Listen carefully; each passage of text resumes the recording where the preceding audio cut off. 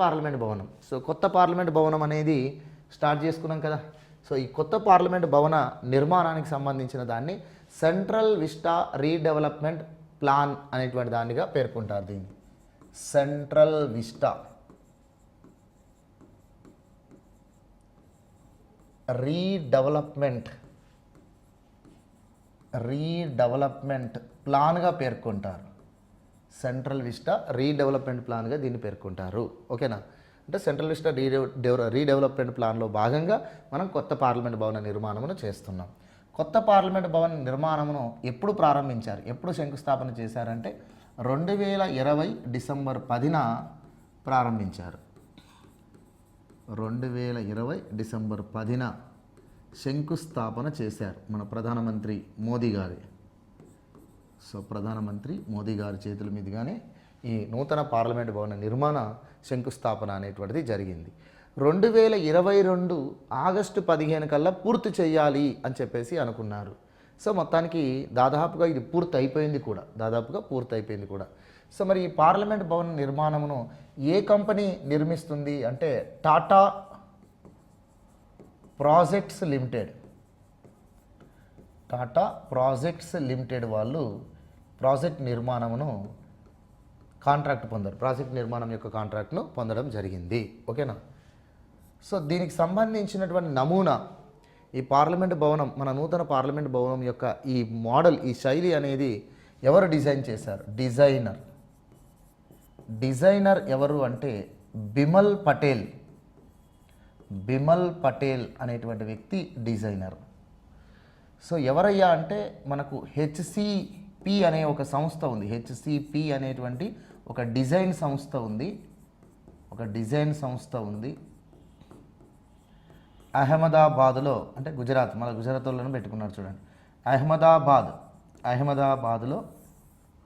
అహ్మదాబాద్లోని HCP design సంస్థ యొక్క bumble Patel అనే డిజైనర్ యొక్క దానితో మనకు ఈ నూతన పార్లమెంట్ భవన శైలి అనేటువంటిది తీసుకున్నారు. సో దీనికి సంబంధించిన డిజైనర్ ఎవరు, దీనికి రూపశిల్పి ఎవరు, దీని యొక్క ఆర్కిటెక్టర్ ఎవరు అంటే బిమల్ పటేల్ అని చెప్పేసి గుర్తుంచుకోండి. ఎవరు? నూతన పార్లమెంట్ భవనం యొక్క ఆర్కిటెక్ట్ ఎవరు అంటే బిమల్ పటేల్.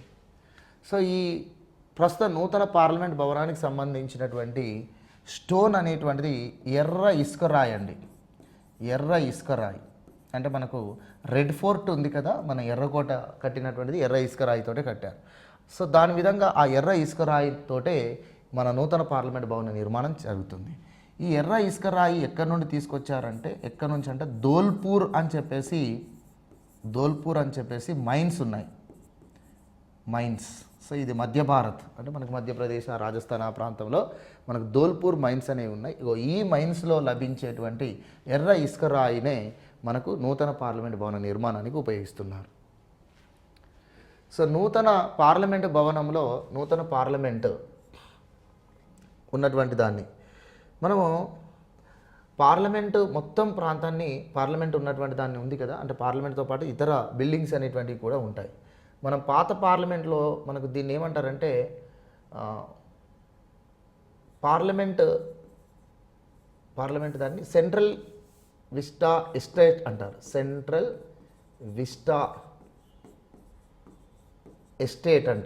ఈ సెంట్రల్ విస్టా ఎస్టేట్లో మనకు పాత పార్లమెంట్ భవనం, దాంతో పాటుగా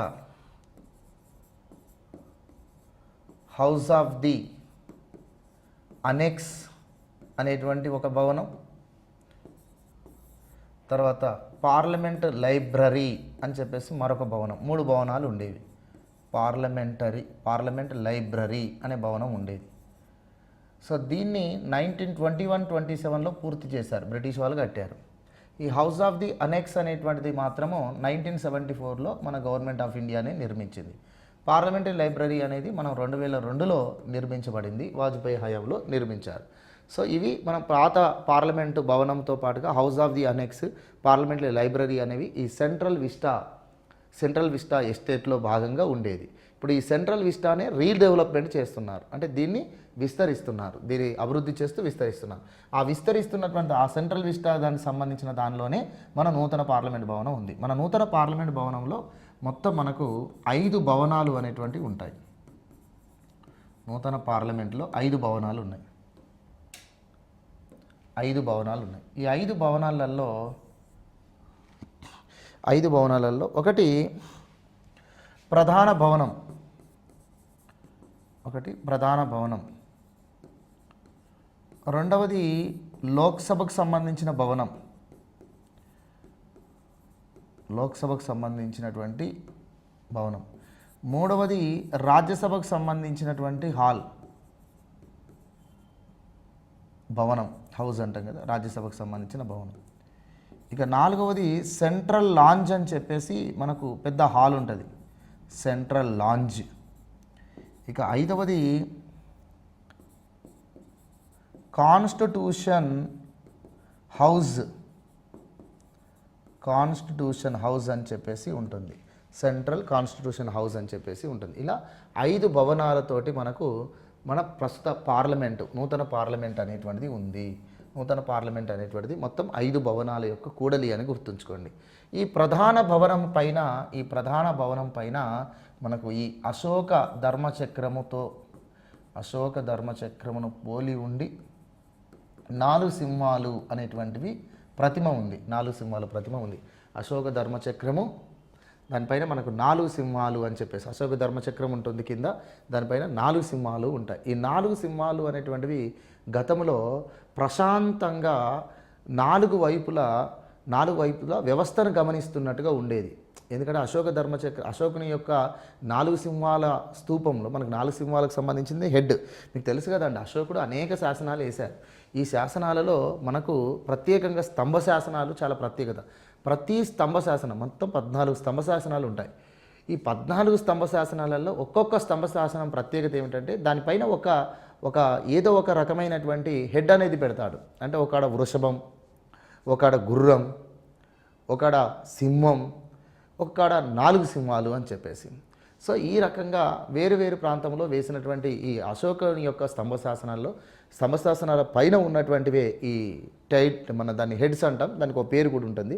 అందులో మనకి 4 సింహాలకు సంబంధించినటువంటి అది ఏదైతే ఉందో ఆ 4 సింహాలకు సంబంధించిన స్తంభ శాసనంలో ఆ 4 సింహాలకు సంబంధించినటువంటి క్యాపిటల్ అంటాం దాన్ని. ఆ క్యాపిటల్లో ఈ 4 సింహాలు అనేటువంటివి నిశీతంగా ప్రశాంతంగా వ్యవస్థను పరిశీలిస్తున్నట్టుగా ఉంటాయి. అంటే 4 వైపులా ధర్మాన్ని రక్షించడం కోసము శాంతి రూపంగా ఉన్నట్టుగా 4 సింహాలు ఉంటాయి. అంటే అవి ఉగ్రరూపం దాల్చడం అనేది అధర్మం జరిగినప్పుడు మాత్రమే ఉగ్రరూపం దాలుస్తుంది. అంతవరకు ధర్మంగానే 4 వైపులా కాపలా కాస్తున్నట్టుగా 4 సింహాలను చూపించారు అశోకుడు. అది దాని యొక్క మెయిన్ కాన్సెప్ట్. కానీ ప్రస్తుతం మన నూతన పార్లమెంట్ భవనం పైన ఉన్నటువంటి ఈ 4 సింహాలకు సంబంధించినటువంటి క్యాపిటల్ మాత్రం 4 సింహాలు ఉగ్రరూపంతో చూస్తున్నట్టుగా ఉంటాయి. అర్థమవుతుందా? ఉగ్రరూపంతో ఈ 4 సింహాల మొఖాలు అనేవి కనబడుతున్నాయి. అందుకనే దీన్ని ప్రారంభించిన రోజున చాలా ఇష్యూ అయింది. దీన్ని అపోజిషన్ పార్టీస్ దీన్ని వ్యతిరేకించాయి. సో ఇది అశోకుని క్యాపిటల్కు పూర్తి భిన్నంగా రాశారు, ఇది కరెక్ట్ కాదు. అశోకుని క్యాపిటల్లో మనకు 4 సింహాలు అనేటువంటివి శాంతిమూర్తులుగా ధర్మాన్ని పరిరక్షించే కర్తలుగా ఉంటారు. అధర్మం జరిగినప్పుడే అవి ఉగ్రరూపాన్ని చూపిస్తాయి తప్ప మిగతా సమయంలో శాంతిరూపంగా ఉంటున్నాయి. మీరు కంప్లీట్ ఉగ్రరూపాన్ని చూపించారు, ఇది అశోకుని క్యాపిటల్కు విరుద్ధంగా పెట్టారు అని చెప్పేసి అన్నారు. సో ఏదేమైనప్పటికీ ఇది ఒకటి వివాదాస్పదమైంది కాబట్టి సో ప్రధాన భవనం పైన ఏ క్యాపిటల్ ఉంది అంటే అశోక ధర్మచక్రంతో పాటుగా ఉన్న 4 సింహాల క్యాపిటల్ ఉంది. ఇక Lok Sabha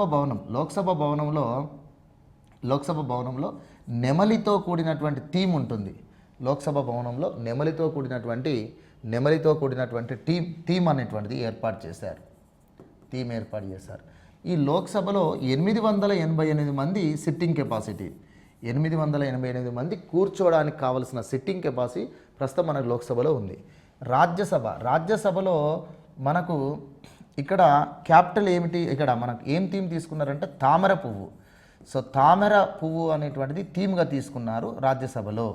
so Rajya Sabha sitting capacity 384 ఉంటుందట.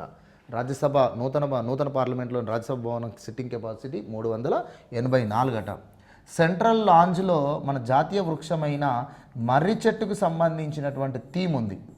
మర్రి చెట్టుకు సంబంధించినటువంటి థీమ్ ఉంది. ఈ కాన్స్టిట్యూషన్ హౌస్ అనేటువంటిది మన రాజ్యాంగ సభకు సంబంధించినటువంటి చారిత్రకమైన ఘట్టాలను అందులో చూపించారు. అంటే రాజ్యాంగ సభలో ఎవరెవరు పార్టిసిపేట్ చేశారు, రాజ్యాంగ సభలో ఏ రకమైన ప్రసంగాలు జరిగాయి, వాటికి సంబంధించిన ఫొటోసు, మరియు మన రాజ్యాంగ పుస్తకం, మన మౌలిక రాజ్యాంగ పుస్తకం, మరియు రాజ్యాంగ సభ జరిపినటువంటి విధానం, ఇవన్నీ కూడా మన కళ్ళకు కట్టే విధంగా, భవిష్యత్ తరాలకు తెలిసే విధంగా మనకి కాన్స్టిట్యూషన్ హౌస్ అనేది ఒక ఆకర్షణీయంగా చారిత్రాత్మకమైనటువంటి దానిగా నిర్మించడం జరిగింది. ఇది 5 భవనాలతో ఉన్నటువంటిది మన నూతన పార్లమెంట్. నూతన పార్లమెంట్ నిర్మించడానికి కారణం ఏమిటి అంటే, ఒకటి రీడెవలప్మెంట్ అనేటువంటిది జరగాలి. రెండవది ఏమిటి అంటే, మనకు పార్లమెంట్ సభ్యుల సంఖ్య అనేటువంటిది పెంచాల్సి ఉంది. 2026 తర్వాత పార్లమెంటు నియోజకవర్గాల పునర్వ్యవస్థీకరణ జరిగే అవకాశం ఉంది.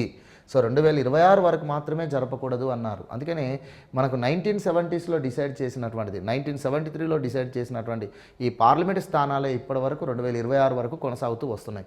2026లో పెరిగే అవకాశం ఉంది. 2026లో పెరిగేటువంటి అవకాశం ఉంది. సో ప్రస్తుతం మనకు లోక్సభలో 543, రాజ్యసభలో 245 మంది ఉన్నారు. కానీ ఇక్కడ లోక్సభలో 800 పైగా, రాజ్యసభలో 300 పైగా సభ్యుల సంఖ్య అనేది పెరుగుతుంది. కాబట్టి ఆ రకంగా పెరుగుతుంది కాబట్టి ఆ రకమైనటువంటి సిట్టింగ్ కెపాసిటీ ఉండాలి అనేటువంటి ఉద్దేశంతో, ఎందుకంటే ఒక 1200 మంది మనకు నెక్స్ట్ పార్లమెంట్ సభ్యులు 1200 మందికి పెంచే అవకాశం ఉంది. అంటే ప్రస్తుతం మనకు 788 స్థానాలు ఉన్నాయి. 788 స్థానాలను 1200 స్థానాలకు పెంచే అవకాశం ఉంది 2026 తర్వాత. మరి ఆ సమయంలో ఆ సిట్టింగ్ కెపాసిటీతో కూడిన బిల్డింగ్ కావాలి అని ముందుగానే నూతన పార్లమెంట్ భవనం అనేటువంటిది నిర్మించారు. ఇంకోటి ఏంటంటే, పాత పార్లమెంట్ భవనంలో మనకు 2020లో కోవిడ్ సమయంలో కొన్ని సమస్యలు వచ్చాయి. ఏంటంటే 2020 మార్చిలో మనకు కోవిడ్ వచ్చినప్పుడు ఈ పాండమిక్గా 2020 మార్చిలో కోవిడ్ పాండమిక్ను దృష్టిలో పెట్టుకొని మనకు లాక్డౌన్ విధించిన తర్వాత మనకు ఈ పార్లమెంట్ సెషన్స్ అనేవి జూలైలో జరిగాయి. ఈ పార్లమెంట్ మాన్సూన్ సెషన్స్ జూలైలో జరిగినప్పుడు చాలా ఇబ్బందులు వచ్చినాయి. ఎందుకంటే ఒకరోజు లోక్సభ హౌస్ నిర్వహిస్తే మరుసటి రోజు రాజ్యసభ హౌస్ నిర్వహించారు. ఎందుకంటే at a time Lok Sabha Rajya Sabha హౌస్లో నిర్వహించలేకపోయారు. ఎందుకు నిర్వహించలేకపోయారంటే, లోక్సభలో 543, రాజ్యసభలో 245 మెంబర్స్ కూర్చొని నిర్వహించాలంటే డిస్టెన్స్ అనేటువంటిది కుదరట్లేదు. ఎందుకంటే ఒకే చైర్లో మనకి మీరు చూస్తే పార్లమెంట్లో కానీ అసెంబ్లీలో కానీ ఒకే చైర్లో ఇద్దరు కూర్చుంటారు. ఒకవైపు ఒకరు, రైట్ సైడ్ ఒకరు, లెఫ్ట్ సైడ్ ఒకరు కూర్చుంటారు. కానీ మన కోవిడ్ సమయంలో డిస్టెన్స్ మెయింటైన్ చేయాలి. అందుకని ఒకే సీట్లో ఒకరే కూర్చునే విధంగా అలా చేయడం వల్ల మనకు 543 మంది లోక్సభలో కూర్చోడానికి వీలు కాకపోవడం వల్ల, డిస్టెన్స్ మెయింటైన్ చేయడం వల్ల వీలు కాకపోవడం వల్ల లోక్సభలో కొంతమంది, రాజ్యసభ హౌస్లో కొంతమందిని కూర్చోబెట్టారు. అలా రాజ్యసభ సమావేశం నిర్వహిస్తున్నప్పుడు కూడా రాజ్యసభలో కొంతమంది సభ్యులను, తిరిగి అదే రాజ్యసభ సభ్యులను లోక్సభలో కొంతమందిని కూర్చోబెట్టి అప్పుడు రాజ్యసభ నిర్వహించారు. అంటే ఒకరోజు లోక్సభ నిర్వహిస్తే మరుసటి రోజు మరొక రోజు రాజ్యసభ అనేది నిర్వహించబడింది. అంతేకాని ఎట్ ఏ టైం 2 హౌజులు నిర్వహించలేకపోయారు, కోవిడ్ రూల్స్ ప్రకారం డిస్టెన్స్ మెయింటైన్ చేయాలని. కాబట్టి ఇవన్నీ గుర్తుంచుకొని బహుశా 2020లో కొత్త పార్లమెంట్ భవనం ప్రారంభించారు కావచ్చు. మొత్తానికి అంతేకాకుండా 2026 తర్వాత పార్లమెంట్ స్థానాలను పెంచే అవకాశం ఉంది. కాబట్టి కూర్చునేటువంటి సిట్టింగ్ కెపాసిటీ అనేది కూడా ప్రస్తుత పార్లమెంట్ భవనంలో లేదు కాబట్టి కొత్త పార్లమెంట్ భవనం అనేది ఏర్పాటు చేసుకోవడం అనేటువంటిది జరిగింది. సో ఇవన్నీ కూడా నూతన పార్లమెంట్ భవనానికి సంబంధించినటువంటి ఇంపార్టెంట్ పాయింట్స్ మనకి ఎగ్జామ్లో అడిగేటువంటి అవకాశం ఉంటుంది, గుర్తుంచుకోవాలి. ఓకేనా?